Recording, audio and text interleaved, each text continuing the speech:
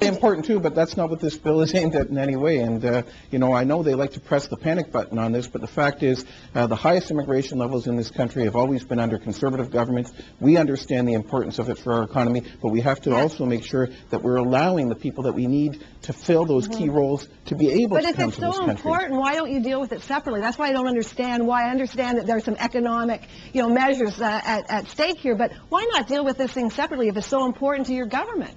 Well, I can guarantee you that if we carved it out as a separate bill, it would languish and get held up at committee forever, and it just simply wouldn't pass. We want it to go through. That's why it makes sense as an economic measure in the budget implementation bill. And if they want to, if the other parties are really opposed to it, they can vote against it. Yeah, Mr. Mulcair? I think that's the key point, and we're going to find out what stuff the Liberal Party of Canada is made of. They've been propping up the Conservatives all fall. Before Christmas, Stéphane Dion says, well, wait till you see how I'm going to be after Christmas. No more free ride for the Conservatives. The last week of the session, they scored a hat trick. They voted for the continuation of the war in Afghanistan. They voted against Kyoto, and they voted for the Conservative budget. So I'm taking Ralph Goodale at his word. If he's serious and the Liberals are opposed to this narrow-minded Conservative approach, I'm expecting the Liberals to actually stand up this time and vote against the Conservatives and not sit on their hands as they've been doing. They call themselves the official opposition, but the only party that can stand up to Stephen Harper and his right-wing agenda is the New Democratic Party of Canada, and I'm very proud to be part of the NDP at a time when these important issues are being discussed. It would be interesting to see for once the Liberals stand up. Get in there, Mr. Goodale.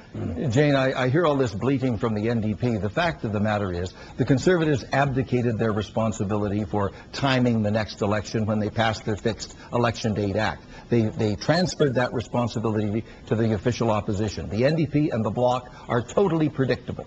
They have made themselves irrelevant in this decision-making process. The key decision has to be taken by the Liberal Party of Canada, and we will take that decision when we think it is right for Canadians, when we think the time is right to make that change. It's not a question of when. It's not a question of if. It's just a question of when. And Mr. Van Loan, and it's not a question of principle, Mr. Goodale, because the Liberal Party of Canada does not have any principles. You don't believe a thing, Ralph. You don't believe in anything. That is nonsense, Thomas. That is nonsense, Thomas. Your party abandoned your principles in 2005. Okay, time out. Thomas, in fairness, Jane, yes. In fairness, Thomas and the NDP abandoned their policies in 2005 when they paved the way for Stephen Harper to become the Prime Minister of Canada. You voted against Kyoto, you voted for the Tory budget, and you voted for the war in Afghanistan. That's your record, Ralph. That's what the Liberal Party of Canada is about right now. I'm not going to put up with that nonsense. That nonsense from the NDP. That nonsense is you're doing, Ralph. You don't believe in anything. Mr. Van Loan is just smiling and laughing here. Yes, he's loving this, you guys. In fairness, the problem with the NDP is they give all of this sanctimonious advice, and they stay rooted or going down in the polls. Thank you very much, Thomas. The fact of the matter is we beat you in your so-called fortress in Outremont, and we're going to beat you in the upcoming by-elections as well, Ralph. Let's get Mr. Van Loan, just 10 seconds, Mr. Van Loan, just sum up. What can we expect this week? More of the same? It's interesting. We'll see Bob Rae back in the House, and when he was Premier in Ontario, they instituted Rae Days. I think he's going to feel quite at home. Those Rae Days were when people had involuntary days off work. He'll feel quite at home in that Liberal caucus, since about a third of the time they don't bother to show up to vote.